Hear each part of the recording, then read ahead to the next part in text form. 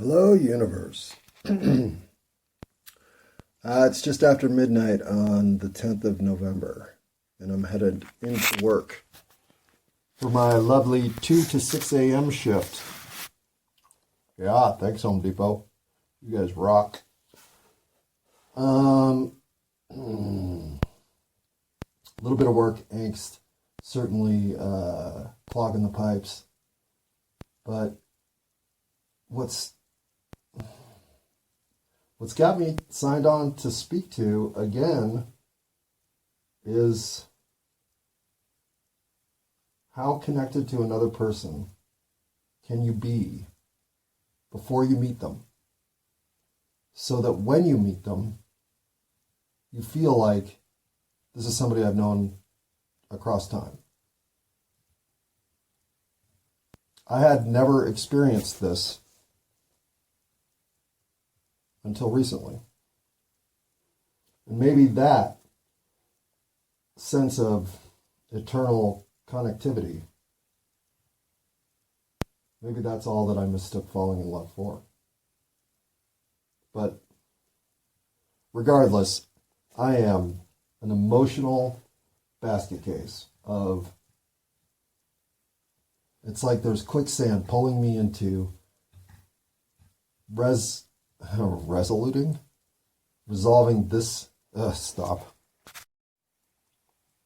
So you know that mood where you don't really want to go to work, but you know you have to, but you really don't have to get there till 2 a.m. and it's only 12:20 on the 10th of November.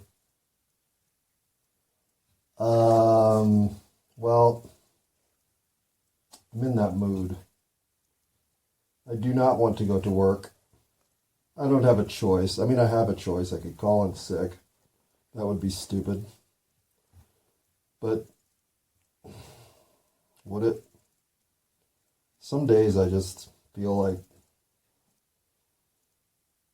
the least soul enriching experience possible is the one that involves spending time stocking shelves at Home Depot.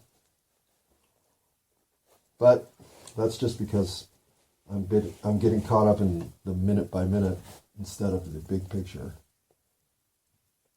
There is no surviving in America without producing work into the capitalist engine, all of which I'm fine with. So this little tantrum I'm throwing about not wanting to go to work is strictly the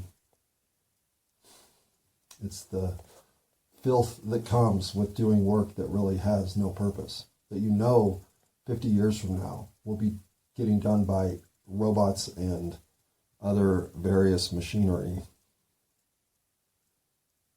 So since the work itself is optimized, or soon will be, for our mechanical brethren without souls, well, those of us with souls, what do we do as we tick the time away in an activity that really means nothing, literally means nothing, other than its potential as a means to provide cat food that my cat is so. What are you doing over there? You are gorging yourself? You are enjoying life? Pause. Yeah, I'm going into work. I mean, and it's not even with that much reluctance. Once I get there, I'll be fine. It's the transition of self that has to occur on the way. Whoa. That takes me into the walled off version of myself, the one that can exist in corporate America without creating too much friction. Even though this week I found out about friction I created without even knowing it, that's been getting passed behind my back. I hate that kind of shit. First of all, I'll admit that my my full frontal approach to life and conversation specifically is not something I want to change about myself, but it gets me in fucking trouble because the world can't handle it. And I'm not saying that I come along with brutal truths. I don't even come along with like statements of controversial nature. I just am willing to talk about what's going on with me at any point about anything. And that's too much for the universe to handle. So if you're willing to cough in your audience's face, I mean, I think you're willing to pretty much do almost anything. I guess farting on someone's face would be worse. Would it? I mean, yeah, it would. Especially if we're talking like, yeah, it would. In every instance, I can't imagine a place. Well, I guess I can imagine, here, I believe, is one of those moments where I'm having a first thought process ever. Which would I rather? Be coughed on or farted on my face? I might have to think about that one. I mean, if it's someone in fucking overalls, I'm not sure I wouldn't rather be farted on. But how close are we talking? Like 4 inches? 4 millimeters? 4 feet? Distance would clearly make a difference here. And let's just assume that it's in the closest possible proximity without actually touching. Boy, getting coughed on, because that means somebody can't cover their fucking mouth. I don't know. I'd almost rather take the fart in every instance there. So, if you're going to make me go to Home Depot and put stuff on shelves, how can I have these important thoughts? How can you take away from my fulfilling life that is manifesting right now in real time by taking me over to an orange box and saying, put those boxes that are in that box inside of that box on that shelf next to that box, and do it 16 times in a row. Yeah, okay, I'll do that. Yep, on it. Or you could cough in my face. You know, I mean, I'd almost rather you did that. Pause. Unpause. Yeah, comedic callback. Provided for your pleasure. Or should we rib it for her pleasure? Bah! No, I'm not doing Austin Powers fucking humor. No, thank you. Oh, comedy. Comedy is causing me angst. The desire to create laughter in the community at large is actually now causing me sorrow. Well, sorrow is strong, but angst is fair. Stress? No, stress isn't fair. Can't get stressed out about comedy. What the fuck's wrong with you? I have flip-flopped 4 times on whether or not my 6-month, well, actually not even 5.5-month stand-up comedy career is over. It might be. But it might not be. And the not bees have gained momentum. But not in the way that changes my idea of what stand-up comedy should be to me. I still think it should just be me speaking on a soapbox to the city of Denver whenever I'm given the opportunity. But I think I actually have to go take that opportunity now. I realize that the cap on free speech that has tainted our public discourse does not exist in the arena of stand-up open mics. And that's why I've got to go. And I may not be fucking funny, but I am going to be purposeful. Somewhere in that crowd is the next great human being. And at the very least, I have to remind them that they can't give up. So that's where I'm currently at with that shit. But those comedic callbacks and trying to precision my way into a 5-minute act that stimulates Mr. Who's the dude on the Tonight Show? Fallon. Into offering me the Thursday night comedy sketch. No, I'm not interested. I mean, okay, maybe if Justin Timberlake's on the show, obviously. Then I would probably say, okay, Jimmy Fallon. But you fucking break during the goddamn sketch. That's my job. Why am I getting lost in Fallon SNL memories? Because those are the only Fallon memories I have. I don't watch The Tonight Show. Who does? Why would you watch The Tonight Show? What are you tuning in for? To be told what the next movie star's thoughts are? Well, that would be like tuning into this and listening to my thoughts. If you watch The Tonight Show and that is the kind of audience that is dead enough in their head that they can listen to me, well, we might have to start doing some sketch comedy ourselves.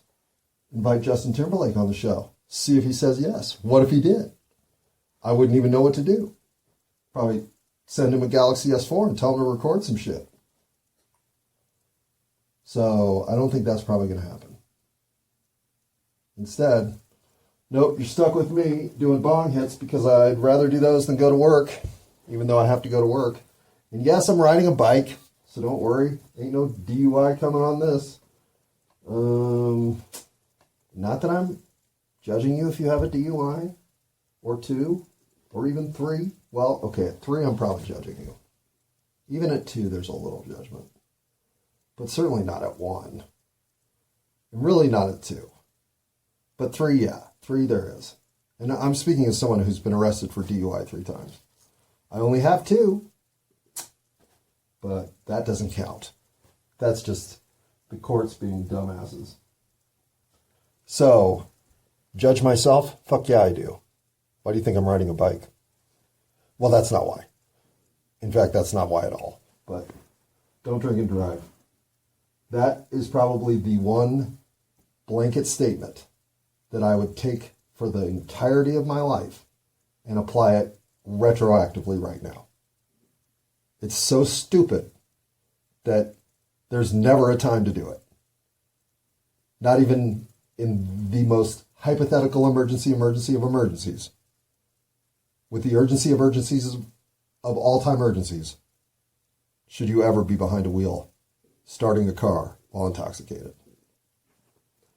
I obviously don't consider marijuana intoxicated. Some people would argue that it is. Most limited studies on motor control impact are undetermined, to say the least. But more so than anything else here, don't drink and drive. Alcohol fucks you up and makes you a less prepared for reaction individual. I can throw a tennis ball at somebody and say, think fast. Who's sober? And somebody who's drunk. And I will take the sober person reacting better every single time. No matter how big an athlete Mr. Drunk Guy is.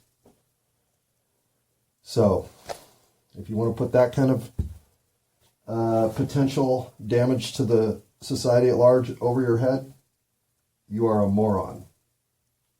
I am the luckiest person to have gotten away with as much DUI behavior as I did without anybody getting hurt. Not even me. One time, $700 worth of damage to a mirror on my car. I am lucky as fuck. Because one of the things that you get to do if you are so lucky as to get arrested for DUI is attend classes about alcohol mediation in your life. And sitting in that class with me was a man who had just gotten out of prison for He'd been in there for almost 20 years because he had killed 5 kids. Well, kids, high school kids. He had killed 5 teenagers, one of whom he beheaded, and actually saw the entire carnage that he created. Now, he had, fortunately for him, lost most of the evening's true memory. He didn't have the glaring pain point of actually visualizing the scene that he created. But he said his dreams would bring it to him. He would wake up panicking, seeing the entire scene again vividly, knowing exactly what he was and where he was. And I've never seen somebody who was walking around upright, but literally had died inside until I met that guy. He's the only one I've ever known, but he had clearly fucking lost anything of himself of value to a situation that didn't need to happen. His choice changed the life of 5 people forever. And as far as I'm concerned, changed the life of everybody else in that room with me. Watching that guy process his actions, if that didn't make you never want to drink and drive, I don't fucking know what could. So, I recommend that you think hard, not about whether or not you need to get home or you're late or there's just no reason not to. There's always a reason not to. Every other fucking person in the universe. That's the reason. Pause. You know what's funny is I never tell anyone about this recording effort I'm undergoing here. Ever. For reasons. Because I don't want someone to listen to all this shit. Especially somebody who knows me. But there are people who, at work, I guess, I didn't even really realize this. Hang on.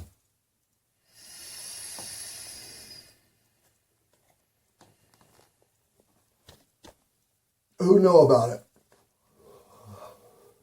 And one of those is my direct supervisor, who was told by my last direct supervisor. So I'm thinking, fuck, man, of all the people you don't want to tell, it's the guy that can fire you. I don't know if they could actually fire me. They probably could. But, Anthony, if you're listening, I'm on my way in. I just, the fucking 2 a.m. start time, dude. And I'm going to work my 10 hours on Friday, no matter what. And I'm locked into those 3 hours that were open from 7 to 10 on Friday night. And I just sit here going, I saw this thing fucking 2 weeks ago and I knew then. I mean, this is what made me quit. This stupid little schedule flip. But here I sit trying to, as we say in Colorado, medicate my way into work. I just don't want any confusion that this is ever a problem. This is why I work so fucking hard, Anthony. Because I can concentrate my ass off and do menial shit like stocking shelves without ever taking a break. Pause. So this is one for you, Anthony. I am not one to judge what it takes to get into work and do a good job. And since you get into work and do a good job, I assume whatever you're managing on your way in works for you because it works for the rest of us. Never, ever have I had a Home Depot supervisor who I thought was as easy to get along with as you. So, hey, bro, this dab is for you.